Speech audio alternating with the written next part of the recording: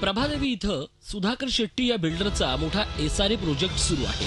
तिथल्या मूळ रहिवाशांना त्यांची कायमस्वरूपी घरं बांधून देईपर्यंत शेट्टी यांच्या स्कायलर्क बिल्ड कंपनीतर्फे लोअर परेल इथे गोमाता नगर इथं बीएमसीच्या जमिनीवर 10 इमारती बांधून संक्रमण शिबिर उभं केलं।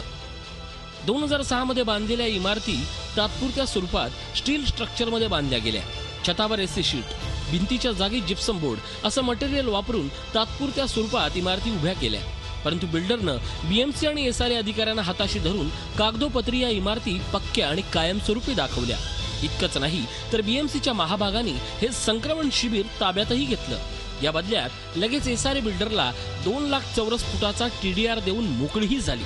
तसंच बिल्डरनं संक्रमण शिबिराच्या भाड्यापोटी बीएमसीची 11 कोटी रुपयाहून अधिकची रक्कम थकवली ती वेगळीच।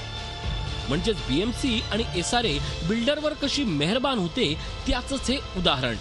एसआरए केवळ नावासाठी आहे, बिल्डरांना मुंबई लाटण्यासाठी, मुंबईच्या जमिनी लाटण्यासाठी पूर्णपणे लायसन्स दिलेलं आहे अशी परिस्थिती आहे। मूळ रहिवाशी राहत होते तिथे उत्तुंग इमारती बांधून त्या लाखो रुपये पर स्क्वेअर फीट मध्ये विकायचं आणि हे सगळा फ्रॉड आहे। या फ्रॉडवर चौकशी व्हायला पाहिजे, मुख्यमंत्र्यांनी याच्याकरता चौकशी लावली पाहिजे।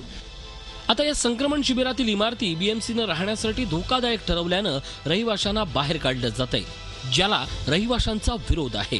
त्यामुळे आता रहिवाशांची सहानुभूती मिळवण्यासाठी राजकीय पक्ष पुढे येत आहेत। मनसेनं तर बिल्डरला बीएमसीला 400 कोटींना फसवलं असून आयुक्त बिल्डरला वाचवण्याचा प्रयत्न करत असल्याचा आरोप केलाय।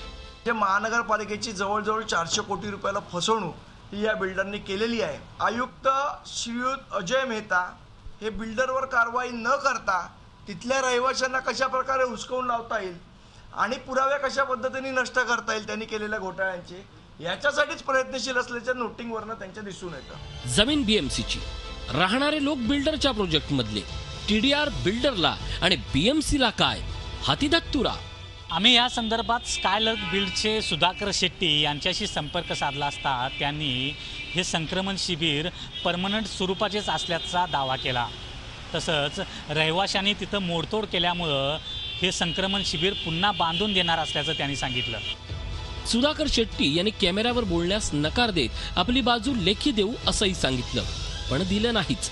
या प्रकरणात घोटाळा झाल्याचं दिसून येत असलं तरी अद्यापही चौकशीची भाषा ना बीएमसी कडून येतेय ना सरकारकडून। कृष्णात पाटील, झी मीडिया, मुंबई। झी 24 तास रहा एक पाऊल पुढे।